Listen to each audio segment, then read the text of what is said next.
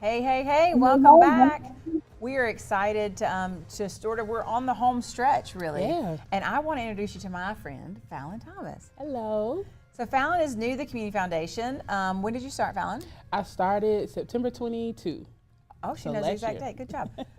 So I actually recruited Fallon because I was like, you got to bring some energy because we've been going Got it. all day and she's ready to bring it home with us. So she and I are going to be chatting with you all for the next hour and really going to talk about two different groups of nonprofits. We're going to announce some prizes. We're going to really just spend an hour here. Hopefully you're kind of settling in at home. You got home already. Maybe you're in the middle of eating dinner. You want to pull us up. We're glad to spend dinner with you. So we're going to first talk with a group of Black-led, Black benefiting nonprofits. And I want to give you a little bit of background of how we got there.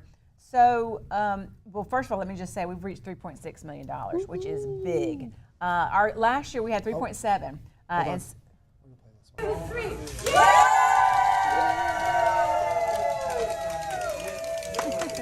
Good job. So that's when when we actually hit our $3.5 million milestone, and we were excited. Usually that's later in the night, so we're really excited that we hit that already when the sun's still up. And so we've got a long way to go tonight. We're here until midnight. I keep reminding folks that we're going to be here till midnight, and so we'd love for you to stay with us and join us. We'll be on for an hour, and then we'll come back around 10:30 again. That we hope you join us for that last sort of stretch on our home stretch. So giving you an idea about why we talk to Black-led and Black benefiting nonprofits. So really looking at the history of philanthropy, we recognize that formal philanthropy, at least foundations and some of our formal giving, has not really honored communities of color. Black-led nonprofits in this particular case. And those nonprofits are often embedded in our communities. They know how to serve our communities. They're from our communities. And so we really have had some really good conversations at the philanthropic level, the field of philanthropy. And so we have to be more intentional about it, because some of those biases you don't really even realize you have. And you realize that unless we're intentional, we might miss out on serving our Black-led community, as well as one of the things the foundation also does is we intentionally try to make sure that funding goes to some of our more rural counties as well. And so those are some intentional goals that we've set as a community foundation. A lot of other foundations around the country are doing the same thing. And a few years ago, we started the African American Philanthropy Committee. And the goal of that committee is to change the narrative of philanthropy within the Black community, and also to support Black-led and Black benefiting nonprofits. They often are asked to do just as much in the community, but with less resources, and also not as much maybe capacity building support for their staff.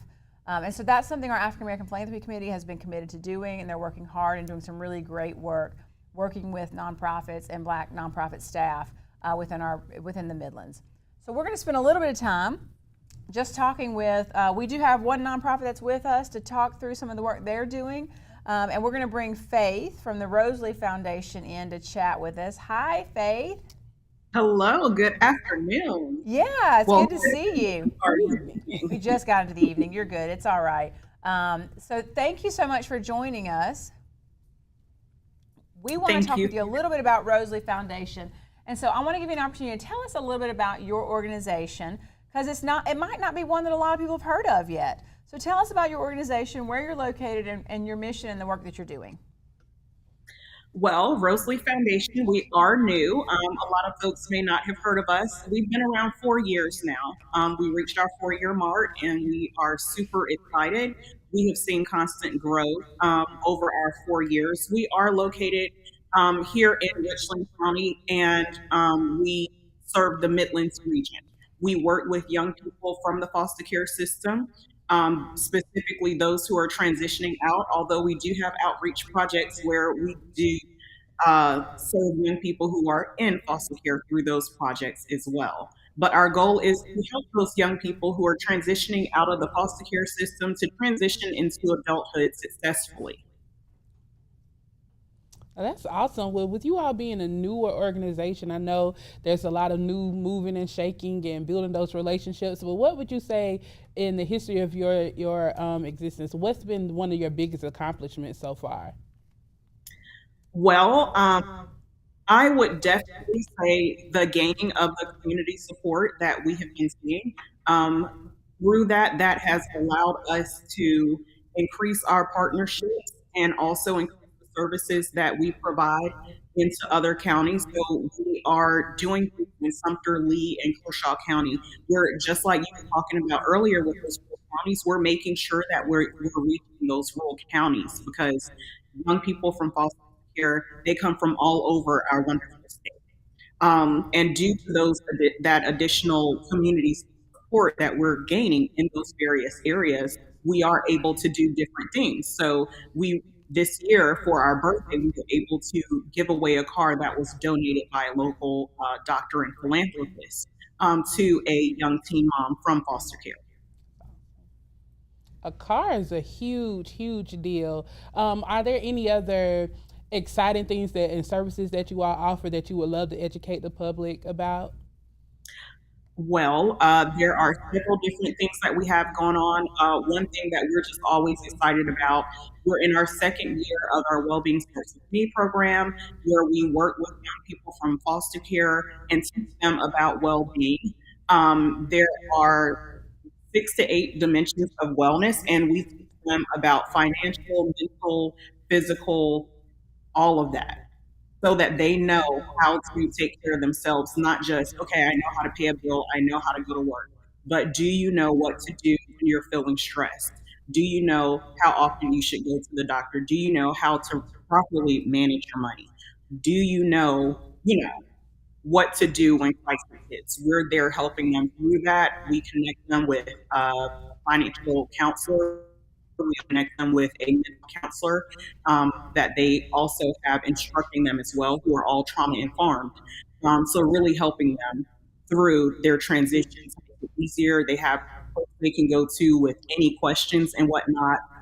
So it's really awesome. And one of the cool things is coming up. We are going to be incorporating the work of the Center for the Study of Social Policy.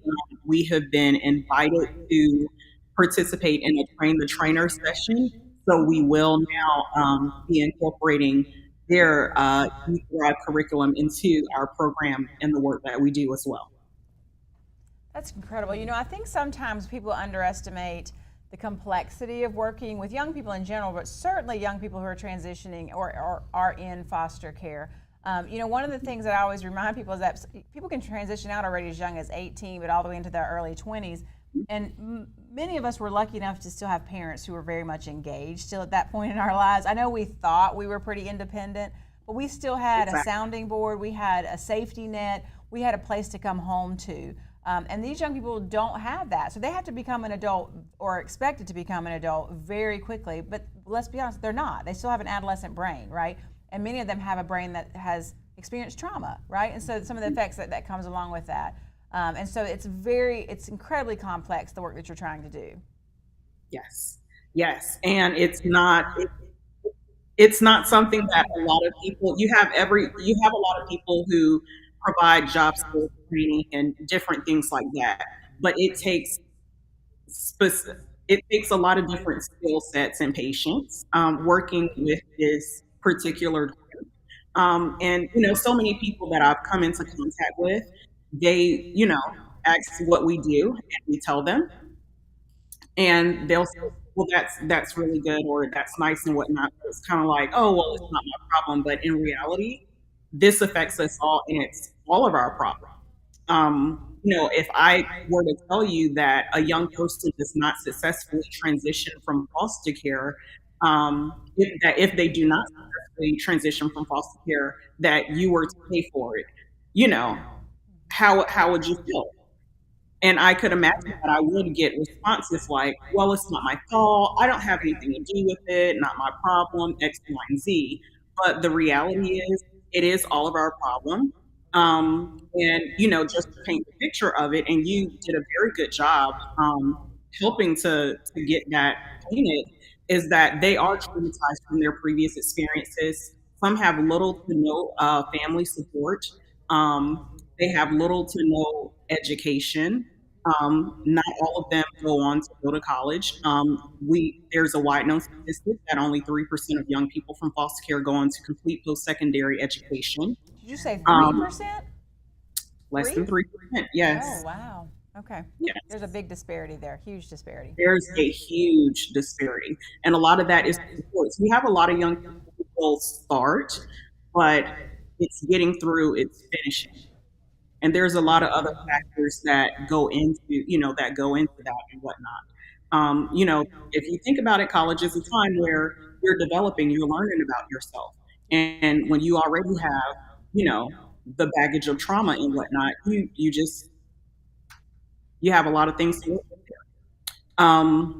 But when young people don't successfully transition out of the foster care system, what it looks like in the worst case come scenario is homelessness.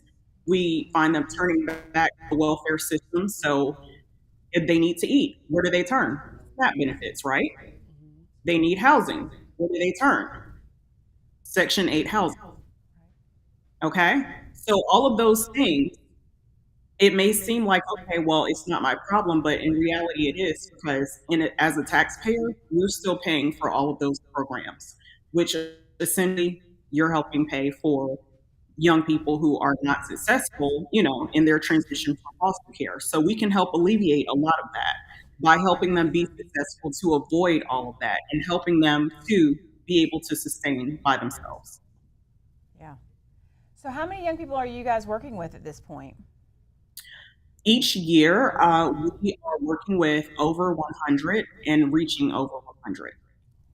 So that's, that's what I think people don't realize, the scale of some of the work that's being done with sometimes a relatively small budget, right? I feel like so often our nonprofits are asked to do not asked to, we sign up for and we want to do a whole lot, but the resources don't sometimes follow that. And that's one reason why we wanted to kind of highlight some of the work that's being done is that we do know that Black-led, Black benefiting nonprofits tend to get a smaller number of donations, and the donations are also a smaller size, right?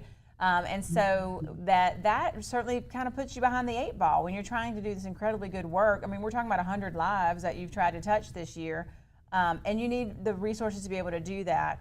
And so we want to make sure that we give that platform, right, for you to be able to say, hey, we know what we're doing, and we're serving and we're in community. We know the science behind it. We're trusted by national partners who are training us to be able to train our community. And just a lot of folks, you kind of fly under the radar, and folks just don't know about some of the good work that you're doing. Of course, no, I agree. I've been doing this work for a while now. I actually am a federal consultant, so I do federal reviews with CFSRs, the Child and Family Services reviews that evaluates the child welfare system with the Children's Bureau and their contractee, and also with the NIDA program, the National Youth and Transition Database. So I've been doing that work for over 2 years now on a national level, doing that consulting. And although I have lived here in South Carolina, I could not sit by and continue to watch what was going on. So I decided to go ahead and start those leave. I thought at one point that I would wait until a little bit later, but I decided to move forward with it. And 4 years ago, we started the organization. And as I've said, we have had a lot of great community support. We've seen steady growth. We really hope to continue to grow. We appreciate this platform here today. So speaking of growth, you've shared a lot about the work that you do and how you all have just really been making moves and being able to support so many young people as they transition. But what would a large gift or what would these funds do for your organization? Some of your more immediate needs or some larger projects? Well, immediate needs definitely would increase staffing. I think that's something that a lot of folks would use some funding for at this time. But we would increase our staffing in a world. What we would also do is we would create housing for young people from care. There are, as they transition out, we are seeing a uptick in young people who are in need of housing, and we really would like to be able to program. Unfortunately, a lot of our young people, when they do get housing, they are kind of forced all in one area, especially in the Columbia, and that's where the housing is a little bit more affordable, but it's not always necessarily the safest. And it would really be nice to be able to create housing, a tiny home community, Oh, apartment I home love community, it. Love it. specifically for young people who are transitioning from foster care, and allow them to be able to live in a community separately but together where they're with other people with the same experiences they're going through it so they don't feel like, hey, I'm so misunderstood, nobody understands what I'm going for. And this would not only allow them to build that community while they're there, but also once they leave, because we don't want it to be a forever option, but once they would transition and leave on, it would allow them to also have that community to later lean back on and whatnot. Because essentially, that's another thing that young people from foster care look for a lot of times. And sometimes it's good influences, sometimes it's not so good influences, but they're looking for a community. They're looking for a place to belong and whatnot. And if we can help facilitate some of that, and also while we're doing that, um, how to properly live independently, how to take care of their mental health, their physical health, how to take care of their nutritional needs, how to cook if they need to, all the things that you need to live. and whatnot, but also develop a sense of belonging, family, friendships, healthy relationships, all of that. That would really be awesome. So that's kind of a dream thing to be able to create that housing community. I love big dreams. I do. I need to say also, some folks have been commenting along the way through Facebook. So thank you. If you're watching out there, continue to comment. I really want to talk more about these tiny home communities. I feel like seen that all over the country, and I'm not sure what the feasibility of doing it here in Columbia or in the Midlands. But I think it's such an innovative idea. I've seen it around homelessness. I've seen it about youth transitioning out of foster care, and it seems exciting, and there's some energy behind it. I'm not sure if that's even something that can happen, but I'm ready for it. I would love to see that. I think is anything impossible, really? I feel No. we're here celebrating folks who are the right people in the right places to That's see right. those types of things happen. So it helps with our giving and That's getting the right. right people in the right places. I think people get excited about ideas, fun ideas. Like that's something people could be like, oh, I can get behind that. I mean, obviously there's all these, barriers, zoning, all that kind of stuff. But like those are things that are not impossible to get beyond, right? Correct. And people No, love new there's ideas. possibilities of things that you could do. We could start a garden there, teach them about all of that type of stuff, how to, sustain themselves growing food if they needed to. There's so many things that we could do with that. Yeah. So while we've been chatting, we went over the $3,065,650,000 mark just chatting with you, and I'm hoping that y'all got some of those gifts. I really am, because I really appreciate the work you're doing. Oh, I think she froze up on me. Oh, Open to be found and shoot them their way. so we are gonna wrap up a little bit. But is there any last thing that you want to sort of share with the group? I know you told us a whole lot about the work you're doing, and a lot of the good work that's being done. Is there any last sort of words that you want to give before we get to say goodnight to you, before you get to go and have your dinner and enjoy the rest of your evening, and hopefully see all those donations roll in until midnight? No, I thank you so much for having me today. I encourage everyone who is watching to please visit our website, www.rosefoundation.org. You can also find us on Facebook, where we update our page on a regular basis with posts and different things that we're doing and whatnot. So Rosalie Foundation. But for right now, head on over to the Midlands Gives website, type in Rosalie Foundation and donate. All of your finances go towards the services and resources that we are providing to young people from the foster care system. So we thank you. Thank you, Faith. So just as a reminder to everybody, so if you go on to midlandsgives.org and if you go up to give, right, you want to search nonprofits, you can filter by a number of different options. Some of those are by categories, whether it's human services or animals and arts and culture, those kind of things. And you can also on the right filter by county and whether or not an organization is Black-led, Black benefiting. And we have a record 162 Black-led, Black benefiting nonprofits this year that are on our site who are doing really good work. You can get on there, you can learn about them, go to their websites, learn a little bit more. You can check out their social media presence. But we already know now you've learned about a whole new one that you didn't know about before. So that's great. And so we want to make sure that you are able to navigate that our site to be able to find some good organizations that maybe you didn't know about before, and really kind of go outside your typical zone of where you're giving, and be able to kind of give some new ones a chance. And maybe, like we said the other day, we said, you know what, you can just do a little tester gift. There you go. And maybe a big tester gift. And then all of our nonprofits are going to say thank you, and they're going to ask you how you want to get engaged in the future. And Roseleaf will certainly do that as well, and so you can find other ways to get involved with them as well. Well, thank you, Faith, for spending some time with us. We appreciate you. Thanks, Faye. Thank you so much. I appreciate you too, and thank you so much for having me. Yeah, have a good night. The Central Carolina Good night. Community Foundation thanks the following in good company businesses for supporting Midlands Gives. Our presenting partner is Dominion Energy. Our champions are Aflac and Blue Cross Blue Shield of South Carolina. Our supporters are Truist and Southeastern Freight Lines. Our patrons are Schmoyer & Company LLC, South State Bank, and Nelson Mullins. Our members are Guru, Synovus, and First Reliance Bank. And our media partners are WACH Fox 57, WLTX 19, WIS News 10, ABC Columbia, Grace Outdoor, Lamar, Alpha Media, The State, Free Times, and Cola Today.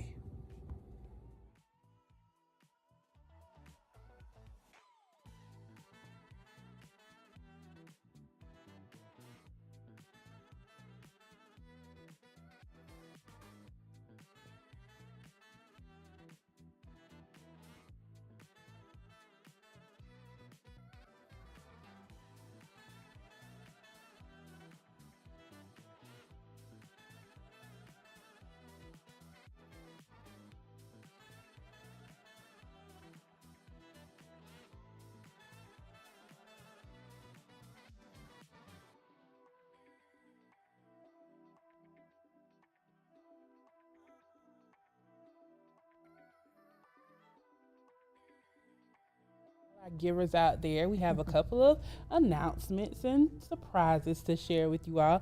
So first we want to announce our Cheer for Giver prize winners, award winners. These are organizations who participated in Midlands Gives before and who have also received gifts from the Cheer for Giver in previous years, and they are getting ready to have their surprises hit them right now. So at the 4 o'clock. $10,000. She forgot, she buried that lead. These are $10,000 donations from the Cheerful Giver. So yes. So these organizations received $10,000. No small potatoes there. No. So at 4 o'clock, we were able to award through the Cheer for Giver to the communities and schools of South Carolina. So congratulations on receiving your $10,000 from the Cheer for Giver. And then at 5 o'clock, the Palmetto Project received $10,000. So let's give it up for them. Palmetto Project is the one, just so everybody knows, sometimes you don't remember, they're the ones that do Families Helping Families around Christmas time, and they also do Dolly Parton Imagination Library. So you might know them in other ways, and they also do with the I Voted with South Carolina. They really fill in a whole lot of places. That's right. So even more reason to dig in and figure out what these guys are doing and donate, donate, donate. At 6 o'clock, the Cooperative Ministry, which is a core organization here in the Midlands. They do a lot of good work out here. They also received $10,000 from the Cheer for Giver. Congratulations. So congrats to you all. And then Camp Discovery at 7 p.m., they received $10,000 from Cheer for Giver. So shout out to all those amazing organizations and to the Cheer for Giver for continuing to spur giving and get everyone excited about donating and sharing in Midlands Gives. All right. And that's the whole reason the Cheerful Giver gives. Well, one, because the Cheerful Giver is a cheerful giver, but also they want to inspire others to give. We recognize that not everybody can do a $10,000 gift, but really being able to say, give from your heart. I hate the saying, give until it hurts. I think you should give until it feels good, right? Until you find that joy. And I think that's exactly what the Cheerful Giver has done, has been a good example for us. Awesome, awesome. And so now we're moving on to our Power Hour gifts. This is, I know everyone's on the edge of their seats about these, our gifts from AFLAC. So our small organization, our small budget organization that received the AFLAC Power Hour gift is Columbia Opportunity Rescue Resource. It's handwritten, sorry y'all. Columbia Opportunity Resource, congratulations to you all. Our medium budget organization is Hoof and Paw Benevolent Society of South Carolina. So let's hear it. Congratulations. For the great work that they're doing. And last but definitely not least, our large budget, we'll do another drum roll. St. John Newman Catholic School. So congratulations Yay. from AFLAC to you all. Yeah. Congrats on all the work that you are doing. May you continue to be encouraged and keep keeping the Midlands wonderful.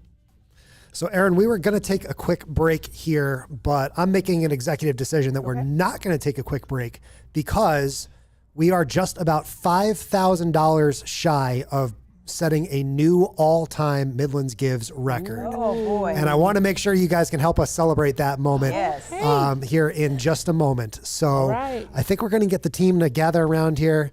We're going to throw another camera up and so the 3.7 million is what we had at midnight last year, and we are now at 7:30 exactly into our 18-hour day, and so we're getting really close to getting to our what we made last year, which is what we made. I should say what you gave. It's not what we made. It's what the Midlands gave last year, and what our nonprofits really leveraged. So that's been very exciting. So we are, if you were ever going to give, this would be a great moment to do that. And I have done plenty of these giving days to see that ticker will jump up real quick. Look, we've got the whole team gathering around. We still got a few $1,000s to go though. Yeah. So We do, I know. You got us all in here together. This is kind of our night crew, just so everybody knows. We work in different shifts here on Midlands Gives Day. And so this is our third shift, folks, who are in here. And I should say Chanterelle's been here the whole time. And you. Yeah. But we have some fresh faces, and so they're bringing good energy to the room. So we're excited that the rest of the team is able to be here to close us out for the end of the day. So we are hanging on. We are ready to go. We've got our nonprofits are lining up for our 740 stream. They're going to be talking about basic needs, homelessness, and housing. So we're really looking forward to that conversation. We encourage you to stick around. Well, what do you want to do here, Erin? Do we want to stick? Do we want to? Well, we are only, what do we have to hit? We've got 3.71. The exact number? Oh, I have it. You have I have it. It's $3,734,986. So we're still 34? about 60,000 away. Oh, Whoa. Wow. Don't underestimate it. Midlands, you heard us. I told you, Erin. I told you. The second we turn it off, that's when it's going to happen. You know what I mean? So Oh, wow. Yeah. everybody's done with dinner. Okay. Well, Look at that. That was a big jump. I was talking too soon. You heard me? I think folks may have I finished know. their dinner. They did. They pressed yes, they submit, pressed yes, submit. give. Yeah, we need to check in with Kevin to see where we are on getting We are numbers. inching Right. closer. But remember, if you're watching right now, this is your opportunity to go to midlandsgives.org. We've got everyone doing the sorority squat back there to squeeze into the frame. I might have been a little quick to do that. But again, you are watching the 10th annual Midlands Gives live. We've got some of our, you know what we can do, Erin? If you're comfortable with it, we've got some of our next nonprofits coming in. Maybe they can help us celebrate some of these moments as well. I know we got a little bit of a break planned, but I see we have Tracy Dobbins, we have Alicia, and we have Brennan, who are great. all here already. So I think, what better way could there be to celebrate a record-breaking moment like this than to have the nonprofits join us on the screen? Right. You know, And so a lot of their donors would love to see it, I'm sure. let's load this up and we'll get everyone to kind of join us, and then we'll get into, of course, a deeper conversation. So let me press some buttons here. We want to make sure those two get. I can put us on mute for a moment. Sure.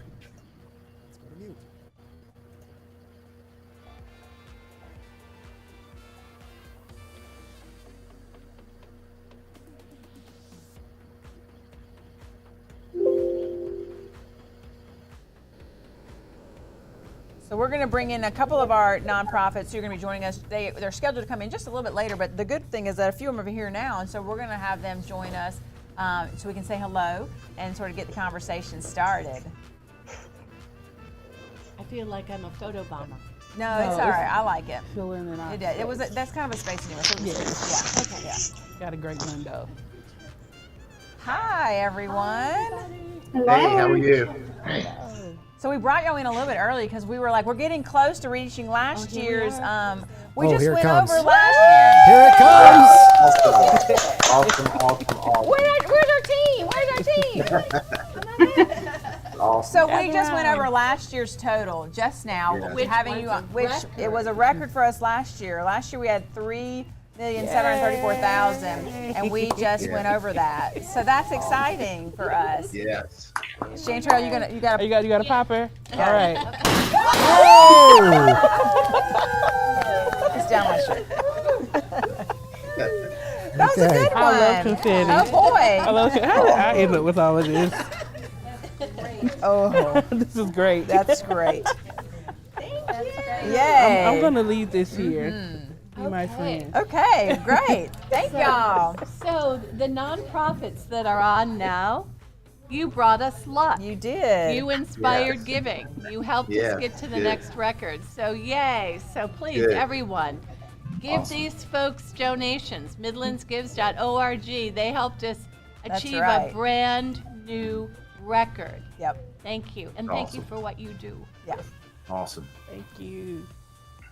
All right. So we got a few other partners that are in here with us now. We still have confetti all over us. So stuff. we have our partners here. We're going to spend a little bit of time talking with you all about you're sort of grouped together in this group with around basic needs, homelessness, and housing insecurity. So we have Lila Anna Sauls from Homeless No More. We have Alicia Clock from Chapin We Care. We have Tracy from Inspire Real Change, and we have Brennan from Growing Home Southeast. And now we have, Dylan from Haven Home Foundation. So we have a good group of folks here. Yeah. And you know what's funny is that I've actually heard y'all's organizations mentioned all day. So I know that you're doing pretty well in your donations because I've had different donors be like, oh yeah, I gave to this organization. So hopefully you are having a good day today. Mm-hmm. So what we're going to do is I do want to make sure we have enough opportunity to go around the circle. If you could make sure you introduce your organization, your mission, basics, what are you doing? Because I want to make sure that for donors that don't know about you, to learn a little bit more about the work you're doing. And then we'll have a good conversation with all of us kind of together. Mm-hmm. So let's start with Brennan. Hi, my name is Brennan Graham. I'm the president and CEO for Growing Home Southeast. And our mission is to enable at-risk youth and families to realize their potential and contribute to the community. We try to put our mission into three little buckets: safety, stability, and permanency. We want to make sure that every child that we serve has a safe and permanent place to live. Good. Great. And you all do that through various things, but you actually provide housing for some people and then support services for others. Is that true? We do. We have a full array of services from foster care. We're a child placing agency for children across the state, but we have lots of homes here in the Midlands. We do in-home community-based services, counseling, therapy, just the crisis management supports for families to address mental health and behavioral health needs. And then we also have a transitional living facility for young people aging out of foster care. That is one that I think we're just really proud of. It's a unique agency or program in the state. It's an apartment complex, 21 unit apartments for young adults who've aged out of care or some out of home placement. And so we work to do what we can to ensure that they have the tools that they need to be successfully independent. And we define success as whatever they believe success is for them.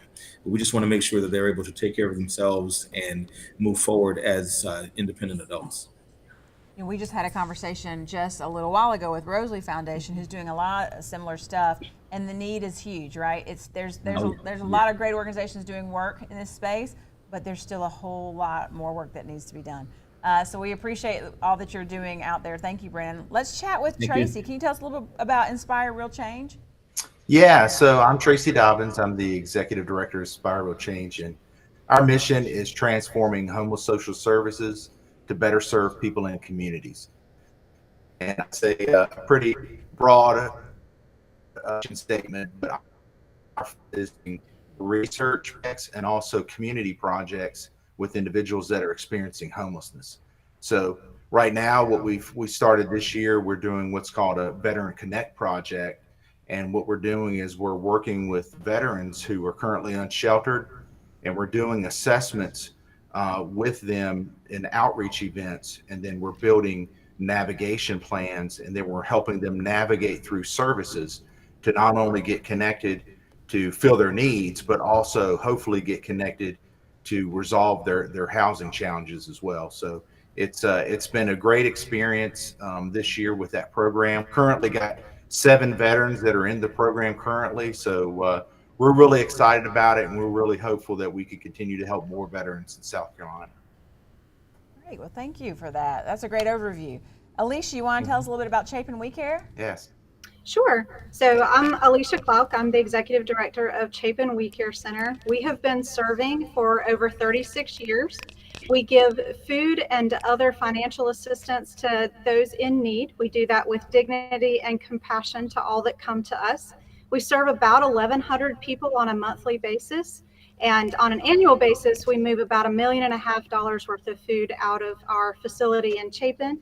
And then we also have mobile food pantries scattered throughout Newberry County, and just added a new one last week in Jenkinsville. So we're now in every Tuesday, we're at a mobile distribution. We're best known for food because that's what we do the most, but we also help with utility payments. Last year, we paid over $135,000 to help families stay in their homes and keep their lights on. And then we do other special events like vet care clinics. We have a scholarship program, a broad, extensive holiday outreach. So we try to do a lot to meet our clients' needs. You know, Alicia, one of the things I think is interesting is that you all are located in a place that probably some people think, well, there's not that much need in Chapin, right? And I think that sometimes that's what the story you hear, but clearly when you show it, you just told us your numbers, that's not the case. There's need everywhere. Absolutely. There is always need. There are always people who are hungry, who are struggling. You just have to find them and help them. And that is our mission. That is all we want to do. And I love how you mentioned with compassion and dignity. I think that's something that is often sometimes missing when we're serving people in need. And I really appreciate that you added that. And Brennan, you also made mention that it's not how we define success for our clients, right? It's how they define success. So you really talk through to do that work with dignity. So I appreciate you guys bringing that up. So let's talk. Dylan, tell us a little bit about Haven Home Foundation. Hey folks, thanks so much for having me today. And I'm just excited to be in the space with these folks. We're kind of a newbie. We launched a couple years ago here in the Midlands, and our organization again is Haven Home Foundation. My name's Dylan. I serve as executive director there. And what we do is we are a housing justice organization. So we try to cover the three main pillars of housing justice. So first and foremost is providing the affordable housing structures, and we do that by purchasing single family homes, renovating them to an equitable standard, and then providing them to our residents at an affordable rate based on a case-by-case basis. We also partner a lot on LIHTC projects and development projects as well, but the main focus for our organization is those single family homes, because we recognize that it's really important for folks to get back into the community, and also really important for people to have the empowerment and the option to make those same decisions that you and I are making when we go to search for housing, based on where we work. What's our access to education and healthcare and transportation, and also those sorts of questions. And so we're trying to bring that empowerment back through scattered housing, through the single family model. The second thing that we do, of course, is our social services. And so we offer therapeutic counseling, we offer financial coaching, and then we also really try to focus on family-oriented practices and community engagement practices, as well as career advancement. And very similar to the folks that have spoken here today, right? We do that on a needs-based analysis through trauma-informed care and therapeutic counseling to really determine and work with the clients on a case-by-case need to determine what their future looks like for them. And then the last place that we're trying to touch is in legislation and advocacy. So a lot of people don't recognize that our legislation is still affecting housing to this day. I think a lot of people think when fair housing passed, we checked the box and we were able to move on, but that's not true. And so there's a lot of facets from the local and municipal level all the way up to the state and federal level, where legislation is really affecting our housing in multiple ways. So we're trying to touch on those three areas. And I'll say that it's also exciting to be partnering with a lot of the organizations that I see in this space and organizations along the way. Since we're new, it's been amazing to partner with organizations to help with transitional living and things like that as well. So we're just really excited about what's happening. And like you said, the need is really great. And we just want to be one of those solutions to helping to solve a really grand problem. I'm glad you mentioned that, because we are going to totally we want to have a conversation with all of you, because I mean, that's what we want to see is what's the collaboration look like? What is the big picture? How can we all work together? So I'm glad you mentioned that. And something you mentioned that I think that sometimes we underestimate when we think about housing needs is the idea that people need to be able to choose a home that fits their needs, right? In a place that, just like all of us, we want to look at the schools, we want to look at how close it is to jobs or to public transportation or safety, all those things, as opposed to saying, well, there's plenty of housing stock here, why wouldn't you go there? Well, it doesn't meet the needs of me and my family, right? And so I appreciate you bringing that up, because there's a lot of nuances to housing, just like when we're looking for a house, there's a lot of nuances to housing. So I appreciate you bringing that up. Absolutely. And certainly last but not least is Lila Anna Sauls with Homeless No More. You want to introduce yourself, please, and the work you guys are doing? Sure. I am Lala Anna Sauls, and I am with Homeless No More here in the Midlands of South Carolina. And I say that because we're excited that over the past 18 months, we've been able to actually expand into Lexington County. And we are an organization that provides a system of care for at risk and homeless families. And the only one that actually serves fathers and boys over the age of 12. So we have made this commitment to keep the family together, and have been doing that for over 35 years. So our system looks like emergency shelter, which is family shelter, temporary 30-day stay, basic needs.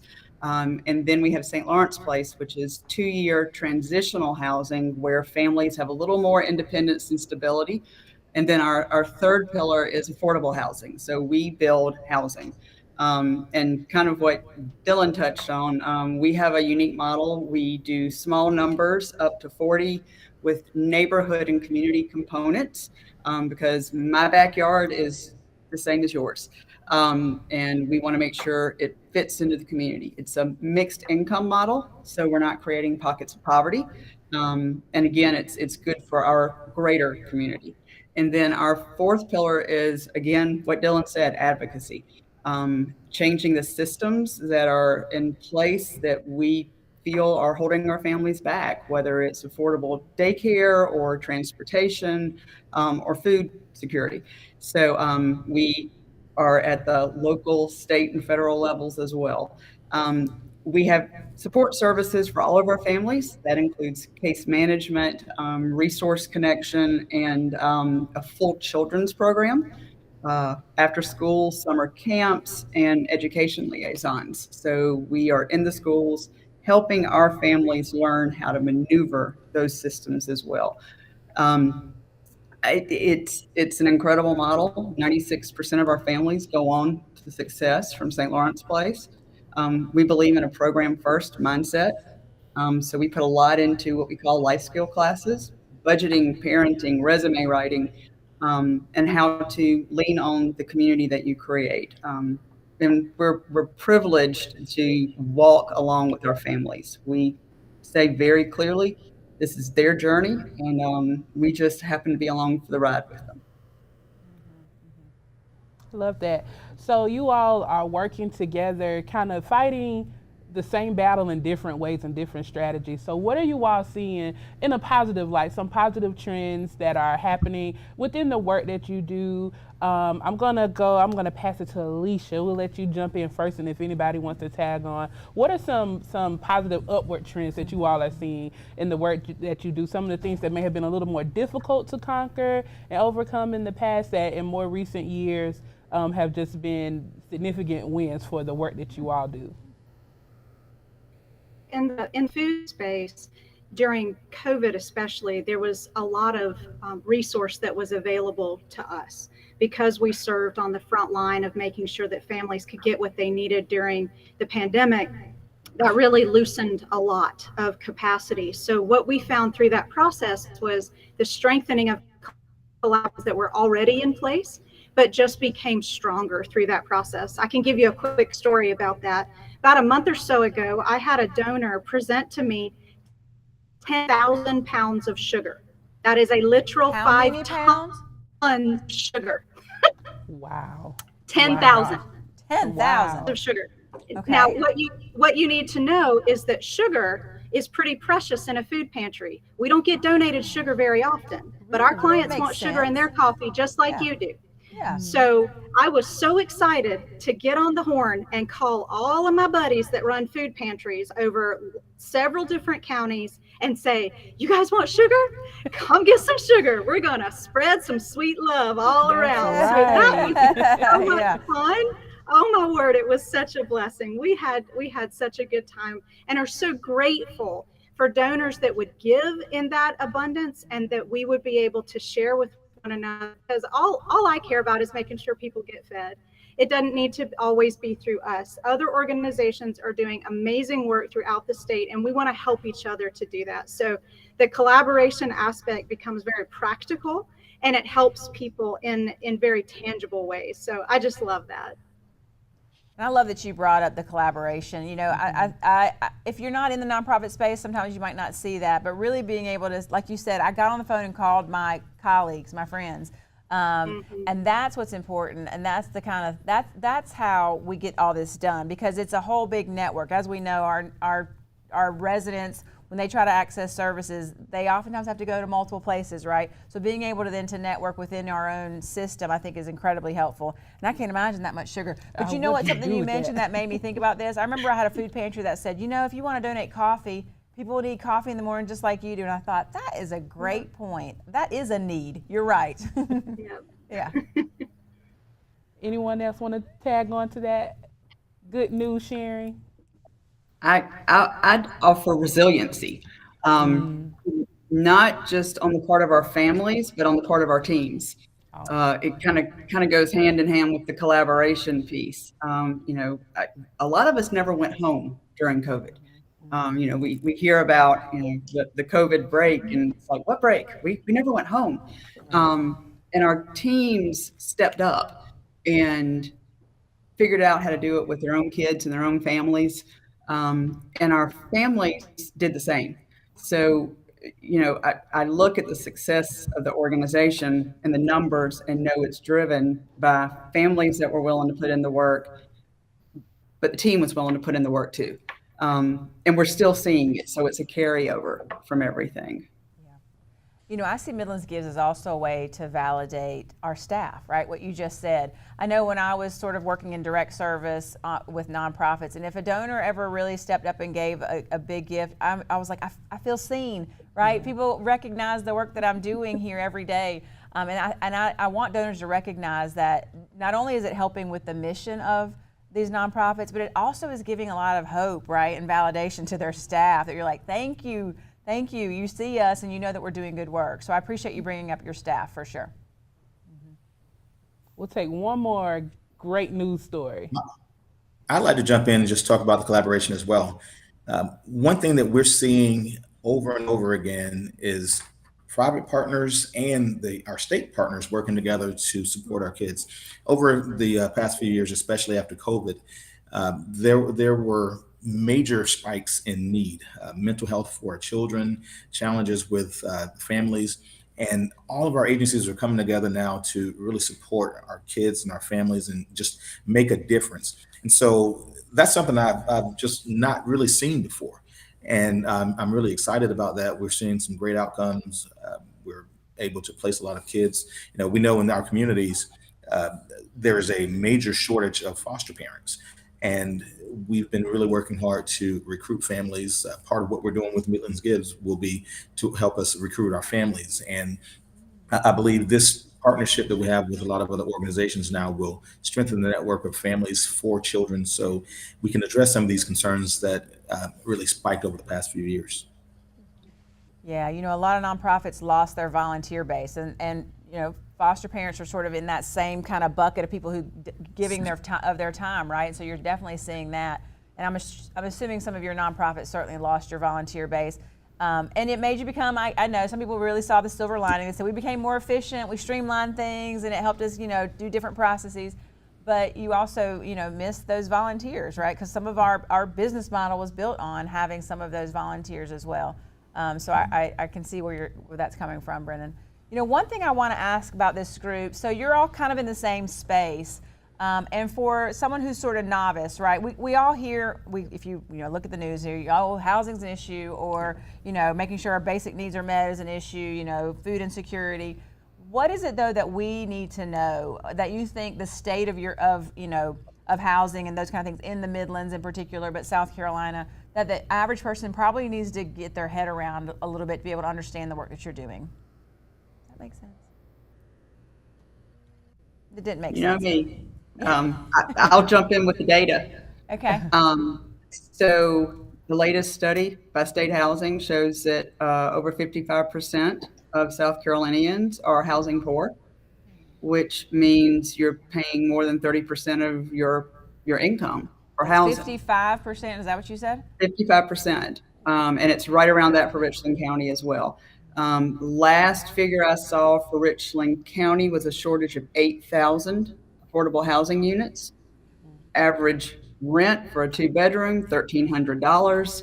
And I tell people to do the math. If I'm working 40 hours a week, making $12 an hour, I can't afford to live, transportation, childcare, and I'm working nonstop. So I think people need to understand just the numbers, not the stereotypes, Right. and embrace this idea that it's for the sake of the whole community. You know, it's that weakest. So I think we're fighting stereotypes, but I think people need to understand this is data-driven work at this point. We need more housing and support services.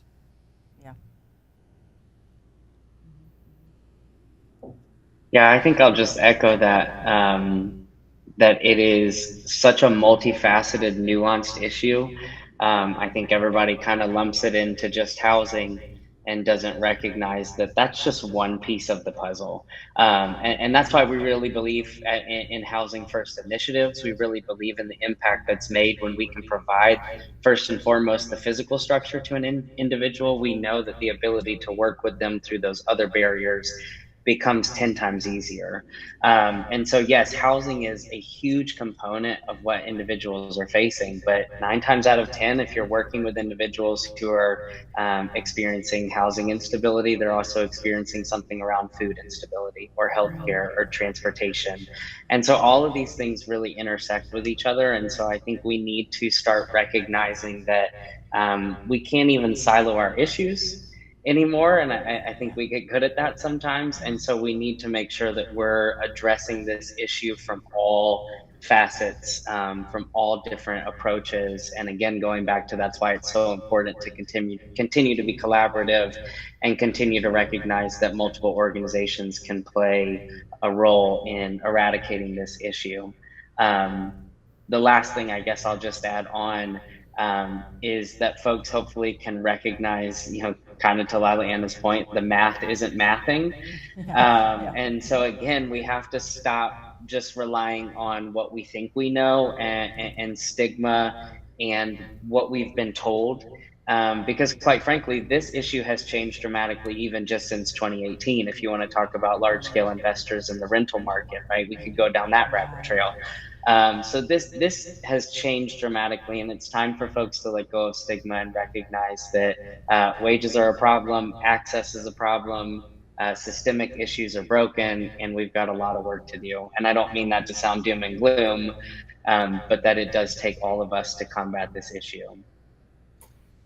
Yeah, and I would add to that by saying that's why Midlands Gives is so important, because all of these organizations provide different services that are vital to individuals. And I'll just touch on something also as far as the prevention side of the house, because I know, and I've worked with people that, they would have to make a decision of, well, I only have enough money. Do I buy food for this week, or do I pay my rent?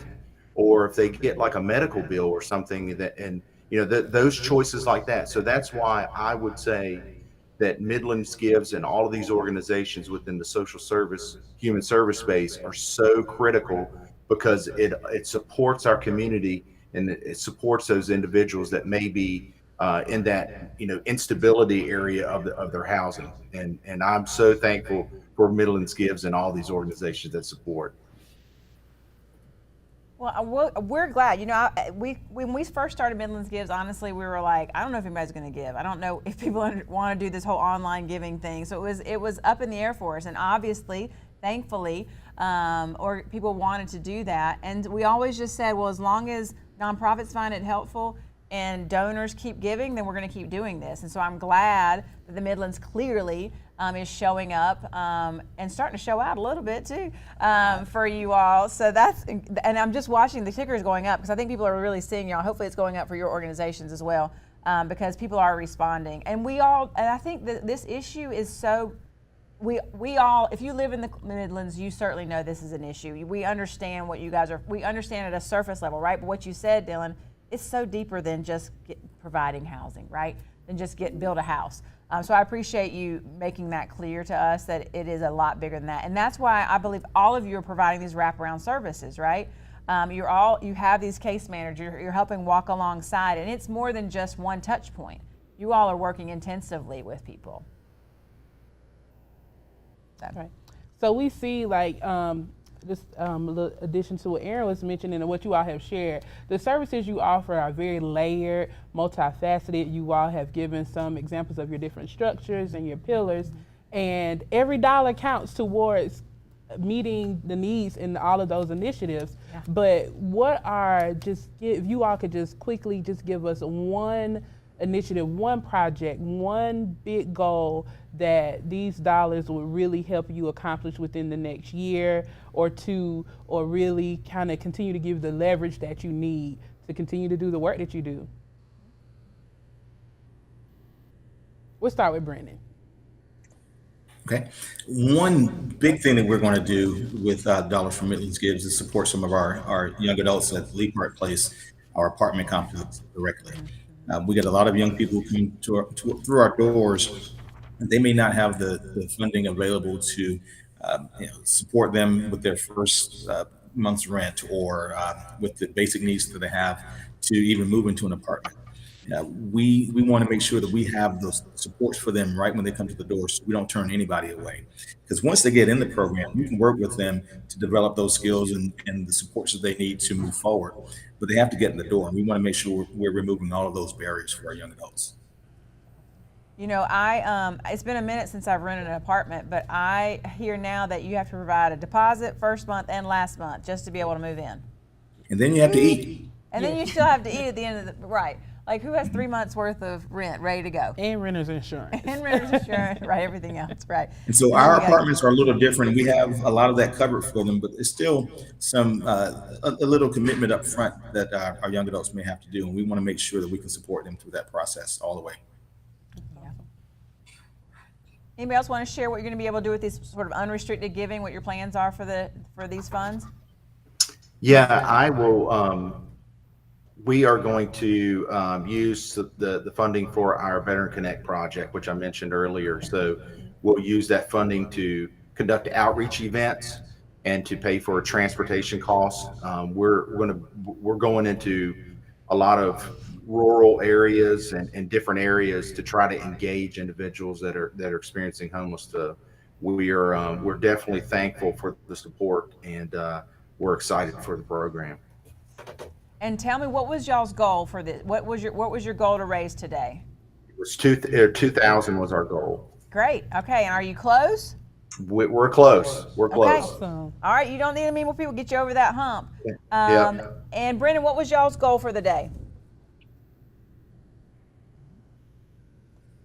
Aaron, I got to tell you, you caught me off guard on that. Oh, man. All right, I'm going to come back to you because I'm going to look it up. We have a match that we were trying to hit, and we had $6,500 in match dollars. Okay. And so we've been really working on that. And so let me come back to you on that ultimate goal. Yep. And I'm going to look it up, too, while we're talking. So we're going to go over to Lila Anna. Tell me what y'all's plans are for funds, and what was your goal for the day, and how's that going?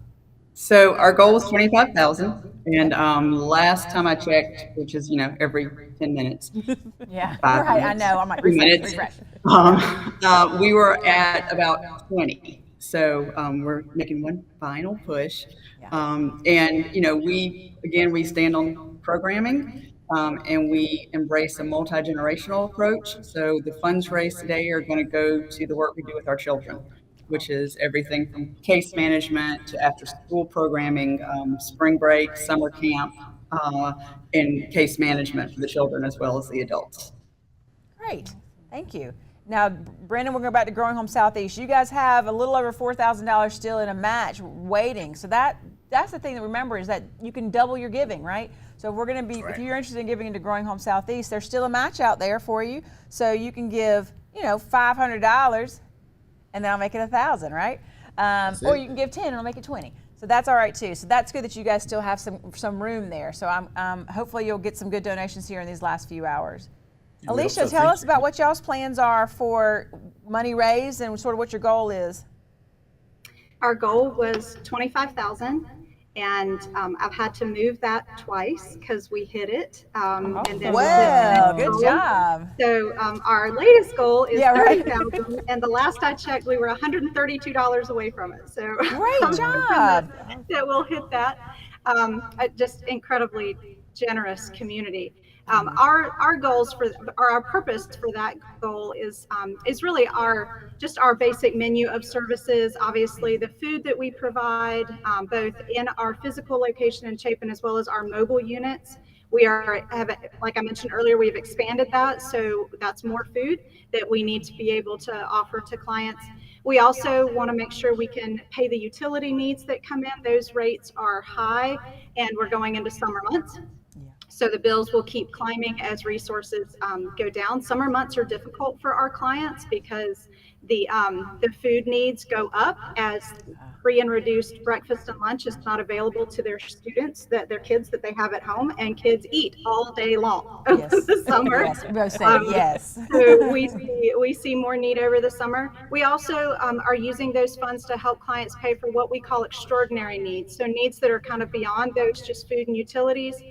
We've used those monies for rent payments, insurance payments, just kind of those miscellaneous needs that have to get met. But I do want to mention one other thing on a question you asked earlier. What do we want people to know? And this is an important issue, I think, for those that are understanding that network of basic needs that need to get covered. Something that's really important to us at WeCare is to provide non-food items to clients. Things like personal care products, toiletries, paper products, cleaning supplies. Like we said about the sugar, if you need it at your house, then our clients need it too. And those things cannot be purchased with food stamps. So there's no resource. So if you think about it, if you have $50 a week to spend on groceries after your food stamps, if that's all the margin you've really got left, and you need laundry detergent, toothpaste, maybe some shampoo, that's going to go really fast. But our donors don't always think about those items. So we've been trying to encourage donors to give those items in addition to food. Obviously, we need the food. We're grateful for the food. That is so important. But those other items are critical to the dignity of our clients as well. And we want to make sure that we're providing those also. Thank you for adding that. And I'm assuming some of you have on your website somewhere a list of items that you like, wish lists, those kind of things. So if you have those on your, raise your hand just so we know, so we can go to your website and take a look. Good.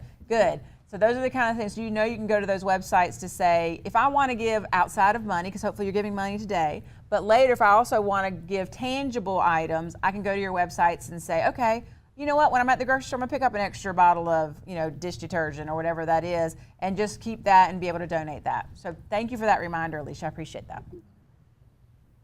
And we still have to chat with Dylan. Dylan, tell us how what y'all's plans are for funds, and maybe what's your goal today and how that's going. Yeah, so we had an audacious goal of $20,000 today, and I think that was a little bit bold for being fairly new. So we're trucking along, and we're going to keep pushing until midnight. But last I looked, we were almost to $2,000. Okay. Which will still go a long way, but we'll certainly keep working all the way until 11:59. What it's going to go towards. We'll be there with you, Dylan. Yes. Thank you. But similar to everybody else, we stand on our programming, and so it's going to go to our programming. But most notably, we have really started working with a lot of transitional living spaces as they're trying to find permanent housing for their residents that are aging out or coming to the end of the program. And so that's been one instance, but then also working with folks that the housing that they're currently in is not affordable. And so they're looking for something more affordable, but in the meantime, until we're able to find that housing, a lot of them are on the verge of eviction, or they're getting close, or they're struggling to make those payments. And a lot of the funds, a lot of the resources have been depleted. And so since these are sort of unrestricted funds, we'd like to use them to start a seed rental assistance fund for us, directly for those clients that we're working with, again, that we've got a few months before we can get them into permanent affordable housing to help kind of supplement and cover the cost of the rent where they are, so we're not dealing with two major issues Instead, we're able to help cover the cost of the rent where they are so they stay housed until we find something more affordable. So whatever we make today, we'll be able to use to supplement that fund for now. Great. That's awesome. Thank you. Sounds good. And Tracy, we haven't heard from you yet about what y'all's goals are. Is that right? No, you did. You told us your veteran support program, right? See, I'm trying. Did we get Miss Okay. Lila in?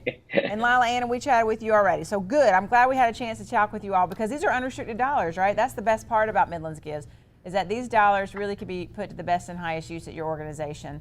So we want to thank you all very, very much for spending your evening with us, which I know is a big ask. So thank you very much. We got up over 3.8 million, which is huge. So thank y'all for talking to us while we did that. And like I said, hopefully some more, and there was like people chatting with us. So good job. I saw some of your staff were out there. So that's great too. And so I want to thank you very much for the work you're doing because it's not easy work. It's good work and we appreciate you though. And I've seen each one of your organizations out in front being vocal about it. And I love that you all mentioned advocacy and the work you're trying to do to change policy because that's what we realize that's what we're kind of up against a little bit. So thank you very much for the work you're doing. And thank you for spending your evening with us. And best of luck for the last few hours of Midlands Gives. Thank you. Thank you so much. Good night, y'all. Thank you. The Central Carolina Community Foundation That'll be the thanks last the day. following in good company businesses for supporting Midlands Gives. Our presenting partner is Dominion Energy. Our champions are Aflac and Blue Cross Blue Shield of South Carolina. Our supporters are Truist and Southeastern Freight Lines. Our patrons are Schmoyer and Company LLC, South State Bank, and Nelson Mullins. Our members are Guru, Synovus, and First Reliance Bank. And our media partners are WACH Fox 57, WLTX 19, WIS News 10, ABC Columbia, Grace Outdoor, Lamar, Alpha Media, The State, Free Times, and Cola Today.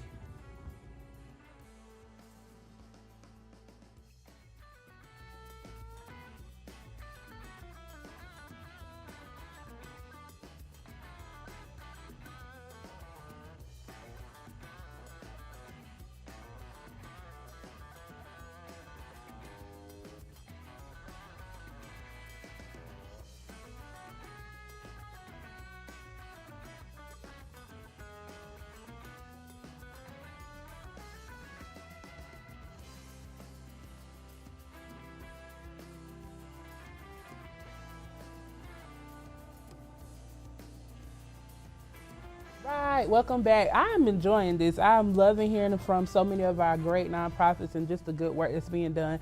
But we also want to know who's getting the money. All right, so we're here to announce another round of prizes. These are our Dominion Energy fundraising page Powerhouse prizes. And let me tell you what that is real quick. So that's from Dominion Energy, which is great. We love Dominion Energy. And this is for, if you remember, there's fundraising pages out there. So people people who just love a nonprofit, they set up their own fundraising page and they post it on their own social media and they ask their friends and family to give through their page and it goes directly to the nonprofit Midlands Gives profile. Any fundraising page that raises at least $100 gets put into a random draw. And so this is the results of those random draw.